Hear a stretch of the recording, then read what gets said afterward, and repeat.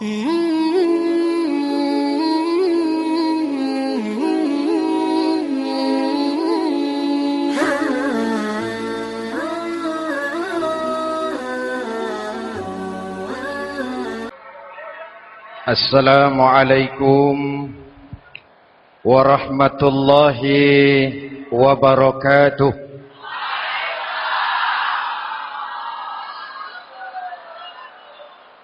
Alhamdulillahi rabbil alamin. Wassalatu wassalamu ala asyrafil mursalin Sayyidina wa maulana Muhammadin wa ala alihi wa sahbihi ajmain, amma ba'du. Saudara-saudara kaum muslimin yang berbahagia, hadirin, kesempatan malam ini saya ingin cerita akhirat saja. Sudah pernah ke akhirat belum? Mau? Kalau mau saya daftar, besok berangkat. Salah satu rukun iman yang 6, percaya kepada adanya akhirat. Satu saat alam ini akan hancur sehancur-hancurnya. Bumi, gempa, gunung, meletus, air laut tumpah ke darat. Planet-planet bertabrakan, halilintar menyambar, angin topan bertiup. Semua yang bernama hidup, mati, itu kiamat. Lalu kita akan dibangkitkan di padang mahsyar, dibangkitkan dari kubur kita masing-masing. Dan subhanallah, pada saat bangkit dari kubur itu, keadaan muka kita ini menurut satu riwayat berubah menurut amalan kita masing-masing. Jangan heran nanti ada yang dibangkitkan dari kuburnya itu mukanya berubah jadi muka tikus. Hebat sekali, badannya badan manusia, tangannya tangan manusia, mukanya muka tikus. Sebab apa? Sebab waktu di dunia amalannya amalan tikus. Apa amalan tikus itu? Suka menggeragoti barang yang disimpan rapi-rapi.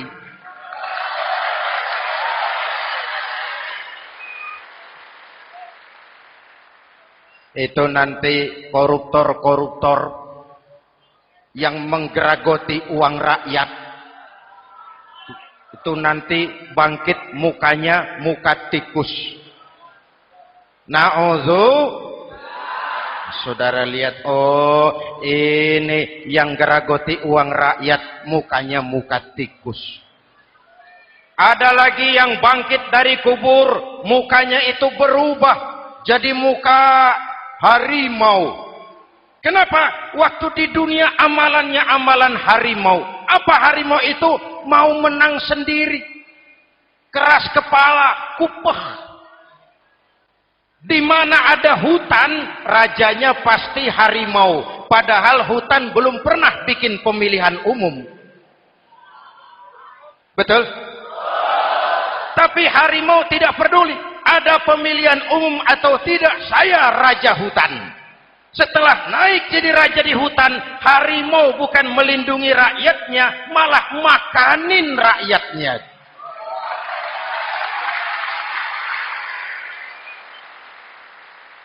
Orang-orang yang mau benar sendiri. Ada lagi yang bangkit dari kubur gagah, mukanya muka ketek. Sebab apa? Waktu di dunia amalannya amalan ketek. Apa ketek itu? Rakus, serakah, tamak. Coba, ketek itu kasih pisang, dimakan. Berikan lagi, pegang, berikan lagi, kakinya yang megang, temannya diberikan, masih dirampas juga, ketek. Serakah, kalau mental ketek masih gentayangan di republik ini, maka pemerataan cuman akan jadi dongeng. kaum muslimin yang berbahagia.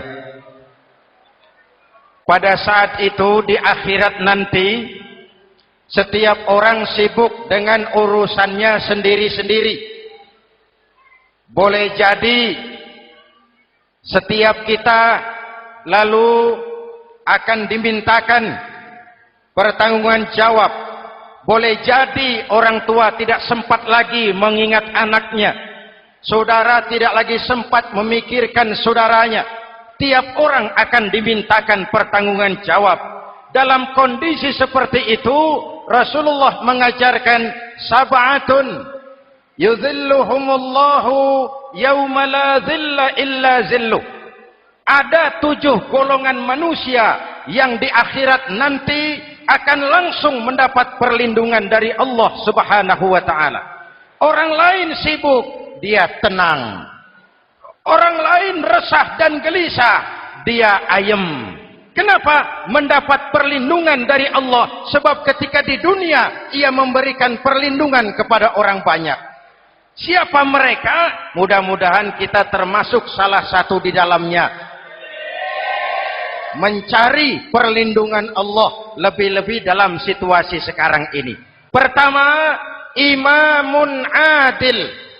Yang akan mendapat perlindungan langsung dari Allah adalah pemimpin yang adil. Sebab apa? Pemimpin yang adil melindungi banyak rakyat, maka pantas di akhirat dilindungi oleh Allah Subhanahu. Kita ini kan zon politikan. Kita ini makhluk yang tidak mungkin hidup sendiri-sendiri. Untuk melaksanakan hajat bersama, kita memerlukan pemimpin. Memilih pemimpin itu tidak sulit. Dalam fikih, ketika sholat, itu dijelaskan bagaimana cara memilih imam. Siapa yang diangkat jadi imam? Pertama, a'lamuhum. Orang yang paling alim di kampungmu siapa? Angkat jadi imam. Yang paling alim, paling menguasai persoalan sehingga bisa membawa bangsa keluar dari kesulitan. Pemimpin yang bisa menyelesaikan masalah, bukan yang menimbulkan masalah.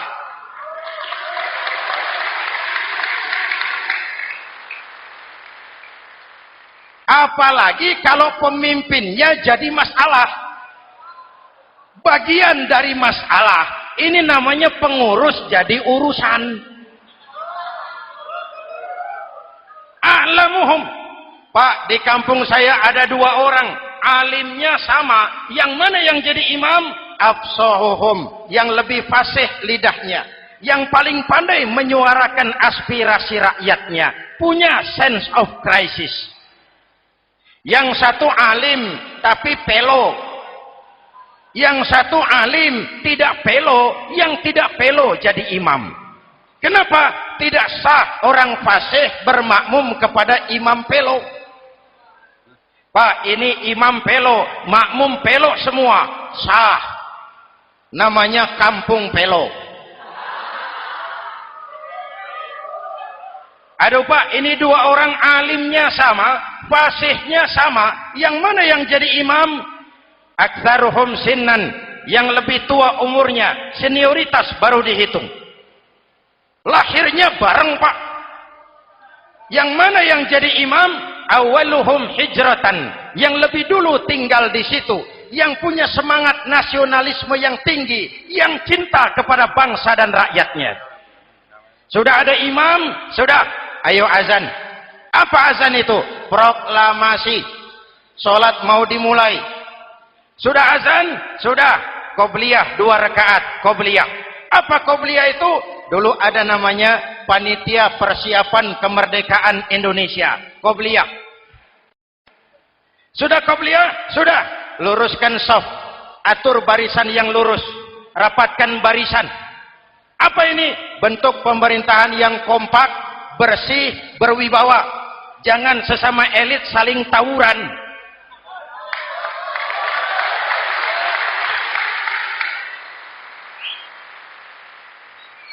Luruskan shaf. Lalu shaf yang terdepan hendaknya diisi orang yang sedikit alim. Tidak perlu alim betul, sedikit alim. Maksudnya apa? Kalau imam keliru dia bisa tegur. Kalau imam salah dia bisa tegur. Kalau imam batal dia bisa gantikan. Ini wakil-wakil makmum. DPR, DPRD. Wakil-wakil makmum. Sudah. Ayo imam, pimpin sholat. Sepakati dulu, kita mau sholat apa? Rakaatnya berapa? Surah yang mau dibaca apa? Pakai sujud tilawah apa tidak? Supaya makmum tidak kaget-kagetan. Rakyat harus dikasih tahu pemimpinnya mau kemana. Visinya apa? Supaya makmum ikutnya ikhlas. Jelas? Hadirin yang saya hormati, kita memerlukan pemimpin yang adil, yang menaungi rakyatnya, sehingga dengan demikian nanti mereka akan dinaungi langsung oleh Allah Subhanahu. Mudah-mudahan Allah memberikan kepada kita rakyat dan bangsa Indonesia ini pemimpin yang adil. Saya yakin perjalanan waktu akan mengantarkan kita di mana orang-orang akan terbuka topengnya sehingga akan jelas mana pembela rakyat, mana penyengsara rakyat.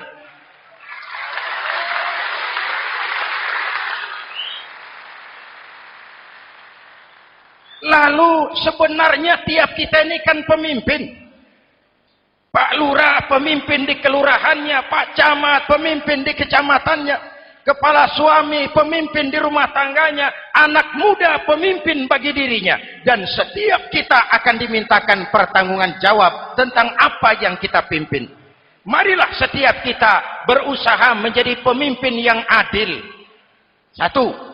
Yang kedua, syab nasya'a fi ibadatillah, anak muda yang tekun beribadah kepada Allah. Amin. Remaja adalah masa depan kita semua. Akan bagaimana Republik Indonesia, bahkan akan bagaimana Islam di Republik Indonesia 20, 30, 40 tahun yang akan datang, anak-anak kita jawabannya. Jelas? Maka menghancurkan Islam tidak usah menyegel masjid, tidak usah menutup pesantren, tidak perlu melarang pengajian, cukup dengan meracuni remaja dan pemuda Islam, menjauhkan mereka dari agama dan ulama. Kalau mereka sudah jauh dari agama dan ulama, tinggal menunggu pergantian generasi.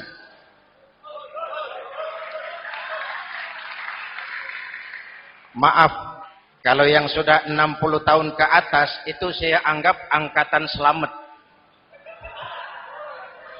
Generasi tanda seru. Insya Allah mantap akidahnya, tidak goyah imannya. Tapi yang 30 tahun ke bawah, adik-adik saya ini, the next generation. Kalian yang jadi pilot project. Remaja-remaja Islam, kalau mau jadi remaja dan pemuda modern, jangan dekat-dekat ke masjid kuno. Masjid khusus 70 tahun ke atas. Baca Quran kampungan. Ngaji urusan akhirat. Seiring dengan itu, modernisasi diartikan dengan westernisasi. Kau tidak bisa jadi pemuda modern kalau semua yang datang dari barat belum kau telan mentah-mentah.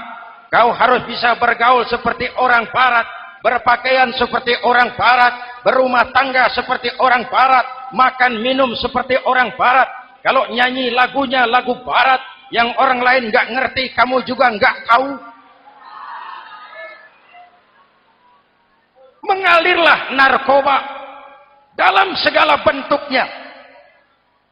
Maka muncullah generasi-generasi santai, generasi-generasi salon yang mencoba mencari pelarian hanya dengan kesenangan sesaat, tapi menghancurkan masa depan yang pasti.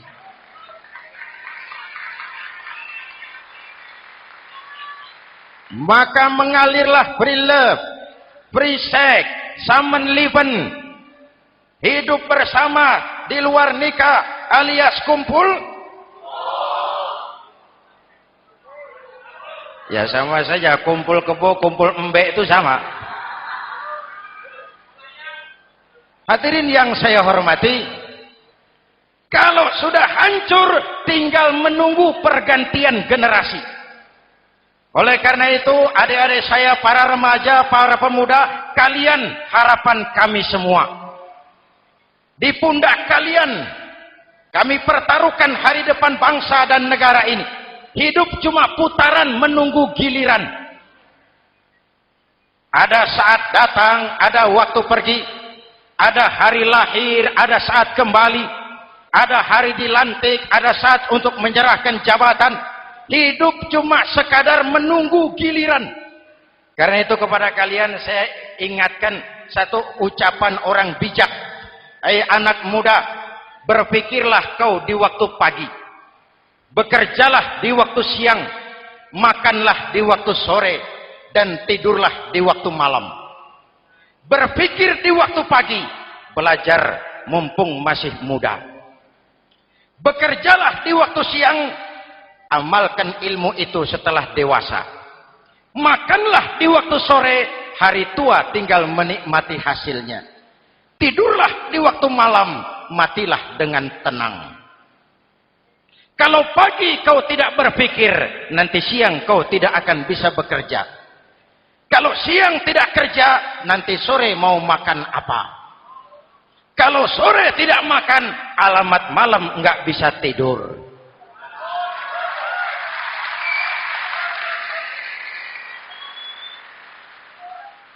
Kalau waktu remaja, waktu muda maunya santai-santai saja, dewasanya bingung.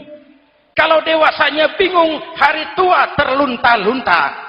Kalau hari tua terlunta-lunta, matinya menteleng. Maka lebih baik makan singkong betulan daripada makan roti mimpi. Ayo, makan singkong betulan, makan roti mimpi, lebih bagus mana? Lebih bagus makan roti betulan.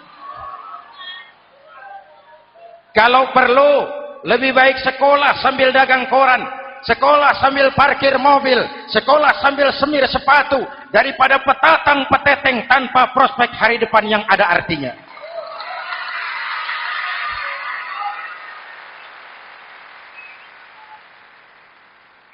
Inilah golongan kedua yang nanti akan langsung mendapat perlindungan dari Allah. Anak muda yang tekun ibadah. Kalau orang tua tekun ibadah, pantas.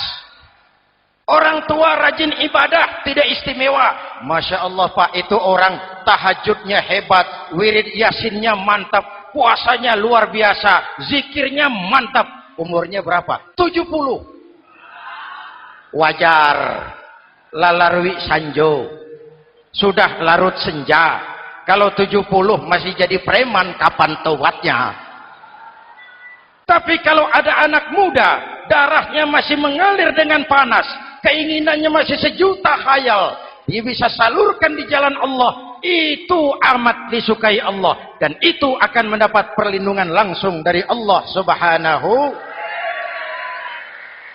Hadirin kaum muslimin di seluruh tanah air yang saya cintai, sekarang kita sampai kepada golongan ketiga yang nanti dinaungi Allah. Itu siapa? Rajulun qalbuhu mu'allaqun bil masajid. Seseorang yang hatinya selalu terpaut kepada masjid.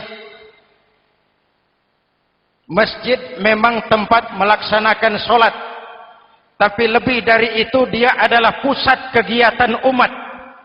Umat Islam dengan masjid seperti ikan dengan air, tidak boleh berpisah. Sehingga ada hadis qudsi mengajarkan, inna buyuti fil ardil masajid wa inna zuwari fiha ummaruha. Rumahku di permukaan bumi adalah masjid. Orang-orang yang memakmurkan masjid adalah tamuku. Dari masjidlah terpancar semangat silaturahmi, dan itu yang sangat kita perlukan sekarang. Di tengah-tengah kerentanan kita sebagai bangsa, masjid harus jadi lem perekat. Di sini siapapun yang datang mengucapkan assalamualaikum, betul? Menebarkan salam, menebarkan rasa damai, bersalaman. Kata Nabi, ma min muslimaini yaltaqiyani fayatasafahani illa ghafarallahu dzunubahuma. Apabila dua orang Islam bertemu lalu bersalam-salaman, Allah akan menghapuskan dosa yang terjadi di antara kedua orang itu. Bangsa kita sedang rentan perpecahan. Benih-benih disintegrasi bertebaran di mana-mana. Maka mari kita kembali ke masjid untuk menyusun semangat kebersamaan, meluruskan saf, merapatkan barisan, dan menerjemahkannya di luar masjid. Ini ada kaitannya dengan faktor yang keempat, yang langsung dilindungi Allah. Siapa mereka? Rajulani tahabba fillahi ijtama'a alaihi wa tafarraqa alaihi. Dua orang yang bersaudara, bertemu karena Allah, berpisah karena Allah. Itu akan dilindungi langsung oleh Allah di hari akhirat nanti. Dua orang bersaudara, bertemu karena Allah, berpisah pun juga karena Allah. Tadi dalam perjalanan ke sini, saya melalui sebuah desa. Masih ada sisa-sisa tawuran antar desa. Saya tidak sebutkan desanya, itu rahasia perusahaan.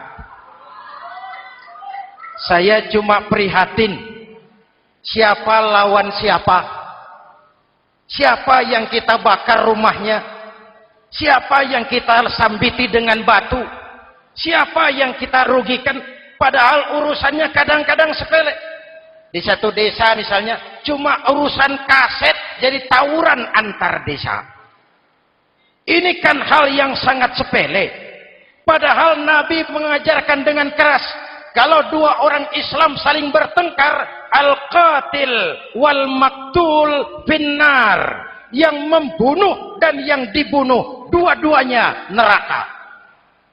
Sahabat bertanya, ya Rasul, kalau yang membunuh masuk neraka, pantas. Kenapa yang dibunuh neraka juga? Rasulullah senyum lalu berkata, yang dibunuh pun sudah punya niat membunuh. Cuma keduluan dibunuh. Andai kata tidak dibunuh, dia yang akan membunuh. Mari kita renungkan, kenapa sebagai bangsa kita seperti tercabut dari akar budaya kita. Kita jadi beringas, kita jadi brutal untuk hal yang sepele. Yang satu teriak Allahu Akbar, yang lain teriak Allahu Akbar. Siapa lawan siapa? Dulu Bung Tomo teriak Allahu Akbar, musuhnya londo. Sayyidina Hamzah, Khalid bin Walid teriak Allahu Akbar, yang dilawan kafir. Abu Jahal, Abu Lahab, Abu Sufyan. Sekarang si Ali lawan si Hasan, Hasan Allahu Akbar, Ali Allahu Akbar. Siapa lawan siapa?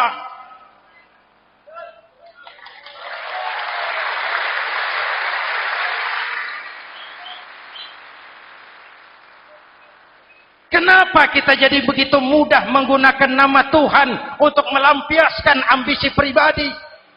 Kenapa Allahu Akbar yang begitu sakral kita lepas cuma untuk pelampiasan sebuah dendam? Dua orang yang bersaudara bertemu karena Allah, berpisah karena Allah. Itu ukurannya. Kau di jalan Allah, kau saudaraku. Keluar dari jalan Allah, selesai persaudaraan sampai di sini.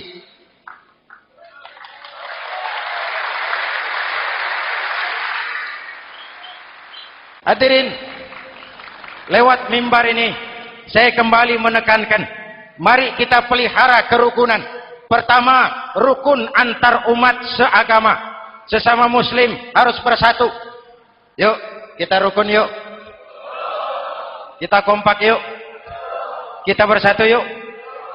Sesama muslim, kaos boleh berbeda, boleh. Jaket boleh tidak sama, silakan. Paham politik boleh berbeda, boleh. Kau lewat sana, saya lewat sini, nanti kita ketemu di sana. Betul? Mari lapang dada menerima perbedaan, tetapi mengarah kepada satu tujuan yang sama. Walaupun bineka, kita ini tunggal, seperti dilatih di masjid ini. Dua orang yang bersaudara, bertemu karena Allah, berpisah karena Allah. Hati-hati, di masyarakat sekarang ini kan lebih banyak tukang kompor daripada tukang lem. Tahu tukang kompor? Hangati sana, panasi sini, bakar sana, sulut sini. Terbakar kita, dia lari tepuk tangan. Udah capek kita rakyat diobok-obok. Udah capek kita rakyat dialamatkan, dijadikan address. Semua kalau pidato demi rakyat, untuk rakyat, buat rakyat, padahal nggak pernah kenal sama rakyat. Kita cuma jadi alamat. Mari kita kokohkan akar kebersamaan. Kita sama-sama anak Ibu Pertiwi. Di negeri ini kita dilahirkan. Air negeri ini yang kita minum. Udara negeri ini yang kita hirup. Kalian remaja, kalian pemuda, lebih bertanggung jawab karena kalian anak Ibu Pertiwi. Hadirin yang saya hormati, maka tetaplah jaga semangat kebersamaan. Ini yang keempat. Yang kelima, rajulun zakarallaha khalian fafadat ainahu. Seseorang yang mengingat Allah dalam kesunyian, lalu berlinang air matanya. Tengah malam, dikala orang sedang tidur, dia bangun munajat. Gemersik tikar tersentuh tangan, laksana lambaian tangan malaikat maut datang hendak merenggut nyawa.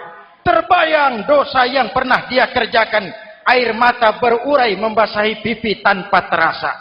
Orang yang munajat semacam itu nanti langsung mendapat perlindungan dari Allah Subhanahu. Saya pernah baca hadis qudsi, merinding bulu kuduk saya mendengar hadis qudsi ini. Terbayang Indonesia saya, Indonesiaku, Indonesiamu, Indonesia kita semua. Apa kata Allah dalam hadis qudsi? Inni la ahammu bi'azabi ibadi. Kadang-kadang aku muak melihat tingkah laku manusia. Aku kepengen turunkan azab. Kalau azab turun di bumi, kita sudah merasakan banjir di mana-mana. Manado banjir, Sumatera Barat banjir, Jambi banjir, Bengkulu, tanah longsor di Purworejo, Cilacap banjir, Sukabumi gempa, Pandeglang gempa, ekonomi terpuruk, antar kampung tawuran, antar elit di atas tawuran.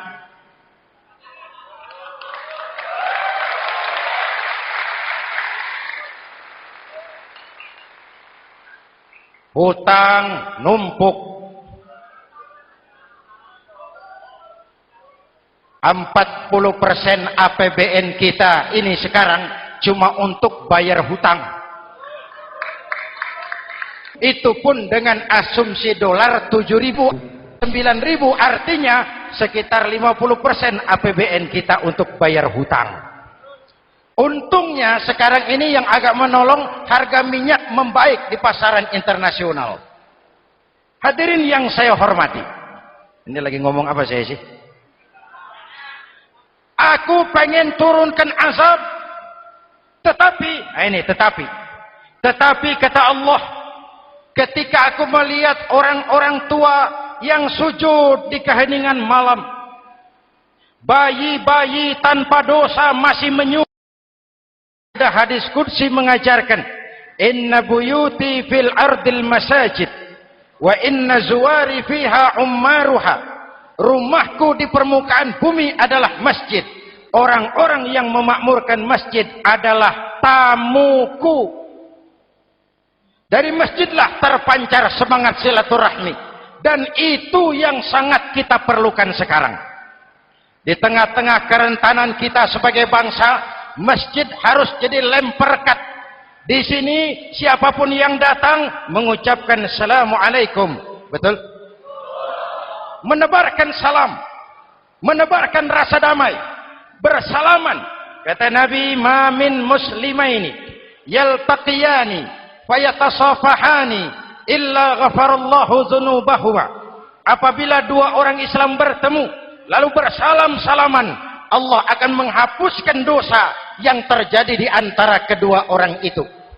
Bangsa kita sedang rentan perpecahan. Benih-benih disintegrasi bertebaran di mana-mana. Maka mari kita kembali ke masjid untuk menyusun semangat kebersamaan, meluruskan saf, merapatkan barisan, dan menerjemahkannya di luar masjid. Ini ada kaitannya dengan faktor yang keempat, yang langsung dilindungi Allah. Siapa mereka? Rajulani tahabba fillahi ijtama'a alaihi wa tafarraqa alaihi. Dua orang yang bersaudara, bertemu karena Allah, berpisah karena Allah. Itu akan dilindungi langsung oleh Allah di hari akhirat nanti. Dua orang bersaudara, bertemu karena Allah, berpisah pun juga karena Allah. Tadi dalam perjalanan ke sini, saya melalui sebuah desa. Masih ada sisa-sisa tawuran antar desa. Saya tidak sebutkan desanya, itu rahasia perusahaan. Saya cuma prihatin, siapa lawan siapa? Siapa yang kita bakar rumahnya? Siapa yang kita sambiti dengan batu? Siapa yang kita rugikan? Padahal urusannya kadang-kadang sepele. Di satu desa misalnya, cuma urusan kaset jadi tawuran antar desa. Ini kan hal yang sangat sepele. Padahal Nabi mengajarkan dengan keras, kalau dua orang Islam saling bertengkar, al-qatil wal maktul finnar. Yang membunuh dan yang dibunuh, dua-duanya neraka. Sahabat bertanya, ya Rasul, kalau yang membunuh masuk neraka, pantas. Kenapa yang dibunuh neraka juga? Rasulullah senyum lalu berkata, yang dibunuh pun sudah punya niat membunuh. Cuma keduluan dibunuh. Andai kata tidak dibunuh, dia yang akan membunuh. Mari kita renungkan, kenapa sebagai bangsa kita seperti tercabut dari akar budaya kita. Kita jadi beringas, kita jadi brutal untuk hal yang sepele. Yang satu teriak Allahu Akbar, yang lain teriak Allahu Akbar. Siapa lawan siapa? Dulu Bung Tomo teriak Allahu Akbar, musuhnya londo. Sayyidina Hamzah, Khalid bin Walid teriak Allahu Akbar, yang dilawan kafir. Abu Jahal, Abu Lahab, Abu Sufyan. Sekarang si Ali lawan si Hasan, Hasan Allahu Akbar, Ali Allahu Akbar. Siapa lawan siapa?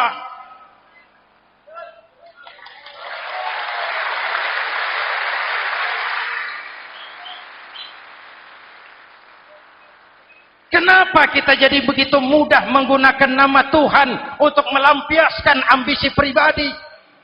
Kenapa Allahu Akbar yang begitu sakral kita lepas cuma untuk pelampiasan sebuah dendam? Dua orang yang bersaudara bertemu karena Allah, berpisah karena Allah. Itu ukurannya. Kau di jalan Allah, kau saudaraku. Keluar dari jalan Allah, selesai persaudaraan sampai di sini.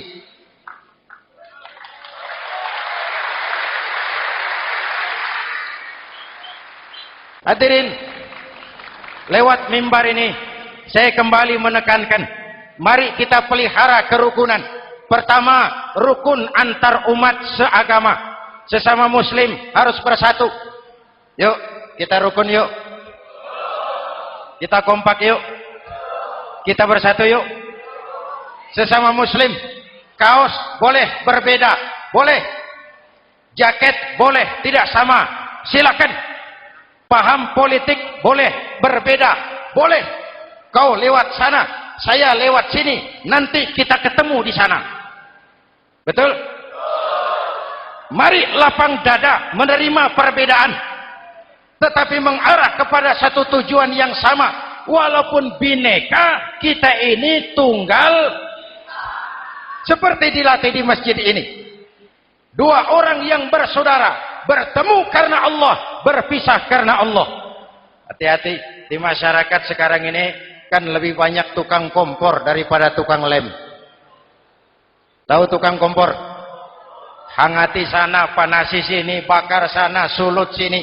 Terbakar kita, dia lari tepuk tangan. Udah capek kita rakyat diobok-obok. Udah capek kita rakyat dialamatkan, dijadikan address. Semua kalau pidato demi rakyat, untuk rakyat, buat rakyat, padahal nggak pernah kenal sama rakyat. Kita cuma jadi alamat. Mari kita kokohkan akar kebersamaan. Kita sama-sama anak Ibu Pertiwi. Di negeri ini kita dilahirkan. Air negeri ini yang kita minum. Udara negeri ini yang kita hirup. Kalian remaja, kalian pemuda, lebih bertanggung jawab karena kalian anak Ibu Pertiwi. Hadirin yang saya hormati, maka tetaplah jaga semangat kebersamaan. Ini yang keempat. Yang kelima, rajulun zakarallaha khalian fafadat ainahu. Seseorang yang mengingat Allah dalam kesunyian lalu berlinang air matanya. Tengah malam, dikala orang sedang tidur, dia bangun munajat. Gemersik tikar tersentuh tangan, laksana lambaian tangan malaikat maut datang hendak merenggut nyawa. Terbayang dosa yang pernah dia kerjakan, air mata berurai membasahi pipi tanpa terasa. Orang yang munajat semacam itu nanti langsung mendapat perlindungan dari Allah Subhanahu.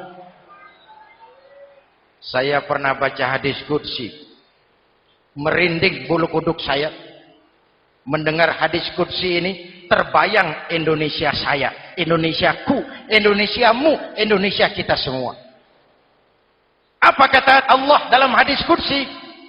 Inni la ahammu bi'azabi ibadi. Kadang-kadang aku muak melihat tingkah laku manusia. Aku kepengen turunkan azab. Kalau azab turun di bumi, kita sudah merasakan banjir di mana-mana. Manado banjir, Sumatera Barat banjir, Jambi banjir, Bengkulu, tanah longsor di Purworejo, Cilacap banjir, Sukabumi gempa, Pandeglang gempa, ekonomi terpuruk, antar kampung tawuran, antar elit di atas tawuran.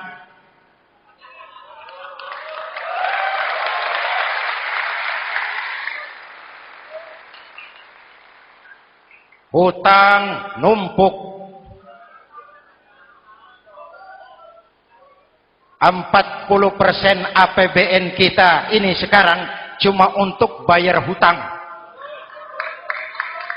Itu pun dengan asumsi dolar 7.000, 9.000, artinya sekitar 50% APBN kita untuk bayar hutang. Untungnya sekarang ini yang agak menolong, harga minyak membaik di pasaran internasional. Hadirin yang saya hormati, ini lagi ngomong apa saya sih? Aku pengen turunkan azab, tetapi kata Allah, ketika aku melihat orang-orang tua yang sujud di keheningan malam, bayi-bayi tanpa dosa masih menyusu, binatang ternak melata mencari makan, murkaku surut, azab aku tarik kembali. Ayo renungkan hadis ini. Allah mau marah nggak jadi, azab ditarik, kesulitan diangkat, pertolongan datang, ada yang meredam murka Allah. Allah mau marah nggak jadi. Kenapa?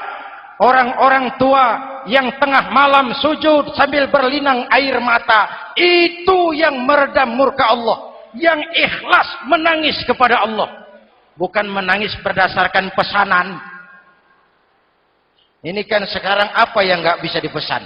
Istighosah pesanan, demo pesanan, 10.000 berangkat. Ngerti apa enggak urusan soal lain.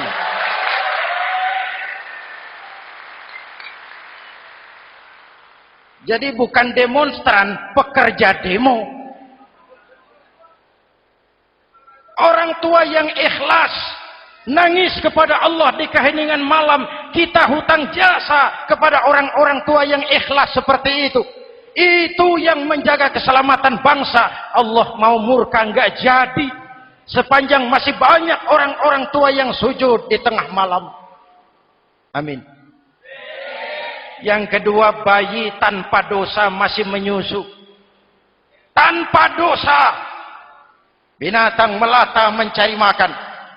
Sekarang bagaimana kesulitan, gak mau panjang. Mengamalkan hadisnya terbalik. Yang disuruh itu orang tua tengah malam sujud. Bayi tanpa dosa nyusu. Sekarang ini orang tua tengah malam nyusu. Bayi tanpa dosa dibuang ke tempat sampah. Akibat pergaulan bebas, bayi tanpa dosa dibuang ke tempat sampah. Orang tua tengah malam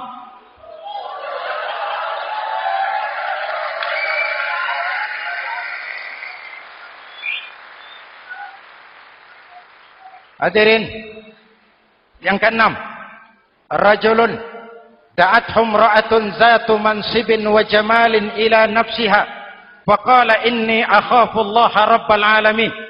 Orang yang bermoral dibujuk rayu oleh perempuan cantik, lalu dia berkata, maaf, saya takut kepada Allah. Orang bermoral yang merasakan kehadiran Allah dekat dalam hidup. Umpama waktu puasa, saudara sholat zuhur. Sebelum sholat saudara berwudu. Ketika berkemur saudara korupsi. Sedikit airnya saudara minum. Jangankan polisi, teman wudu sebelah pun tidak tahu kalau waktu berkemur saudara korupsi. Kenapa kita tidak mau melakukan? Ada rasa malu kepada Allah. Ini yang perlu kita tumbuh kembangkan. Rasa malu kepada Allah subhanahu wa ta'ala. Yang ketujuh, rajulun tasaddaqa bi sadaqatin fa akhfaha. Orang yang bersedekah lalu disembunyikan sehingga tangan kiri tidak tahu apa yang diberikan oleh tangan kanan. Orang yang punya kepedulian tinggi tetapi ikhlas menolong yatim, membantu sesama dalam rangka menegakkan masyarakat yang adil dan makmur. Mari kita mohon kepada Allah, semoga kita semua senantiasa dalam perlindungannya di dunia ini dan lebih-lebih di akhirat nanti. Al-Fatihah. A'udzubillahi minasyaitonir rajim. Shiratal ladzina an'amta 'alaihim ghairil maghdubi 'alaihim waladdallin. Amin. Bismillahirrahmanirrahim. Alhamdulillahi rabbil alamin. Allahumma shalli ala Muhammad wa ala alihi wa sahbihi ajma'in. Rabbana taqabbal minna salatana wa siyamana wa qiyamana wa takhashu'ana wa ta'abbudana wa tammim taqsirana ya arhamar rahimin. Allahumma ja'alna minas su'ada'il makbulin wa la taj'alna minal ashqiya'il mardudin. Rabbana zalamna anfusana wa illam taghfir lana wa tarhamna lanakunanna minal khasirin. Afdalu ma qultuhu ana wan nabiyyuna min qabli la ilaha illallah.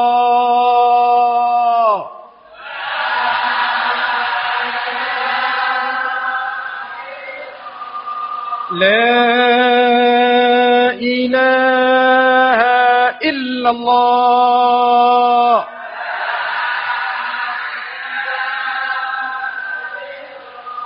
Muhammadur Rasulullah.